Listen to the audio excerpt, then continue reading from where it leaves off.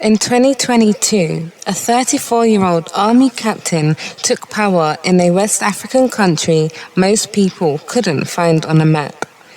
Western headlines called it a coup. African social media called it hope. Since then, his speeches have gone viral, foreign governments have grown uneasy, and comparisons to past revolutionaries won't stop. So who is Ibrahim Traoré? And why does the world seem nervous every time he speaks?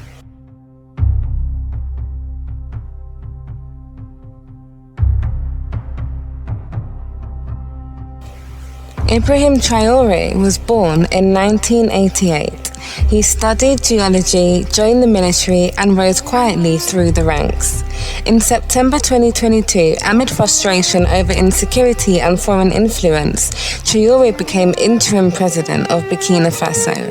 At just 34 years old, he became the youngest head of state in the world.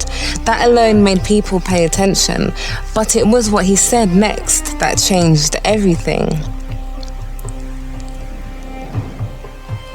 Traoré didn't speak like a typical politician. He talked about sovereignty, about broken promises, about Africa's resources enriching everyone except Africans.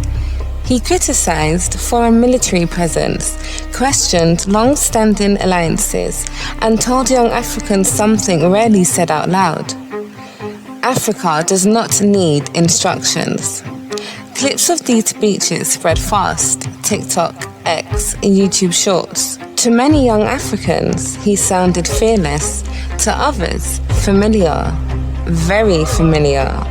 There's a reason Traoré keeps being compared to Thomas Sankara, not because he asks for it, but because the language feels the same. Self-reliance, dignity, rejection of dependency.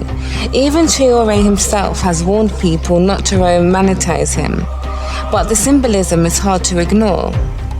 A young military leader, a former French colony, a message about reclaiming African destiny. History has seen this movie before, and that's exactly why reactions are so intense. Western governments and media are cautious, even critical.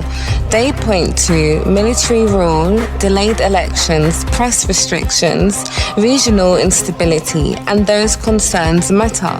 But critics also notice something else. When African leaders align closely with Western interests, they are called partners.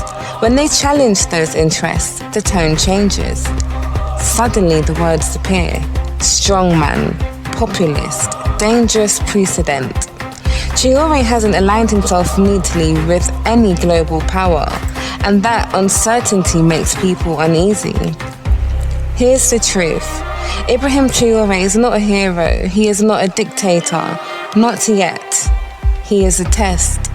A test of whether Africa can chart a different path without immediately being punished for it. A test of whether young Africans are allowed to imagine leadership that doesn't ask for approval first. A test of how much patience the world has when the familiar script is challenged. Ibrahim Traoré may succeed, he may fail. History hasn't decided yet. But one thing is already clear. When a young African leader speaks boldly about sovereignty, the world listens. Not because it wants to learn, but because it wants to know what happens next.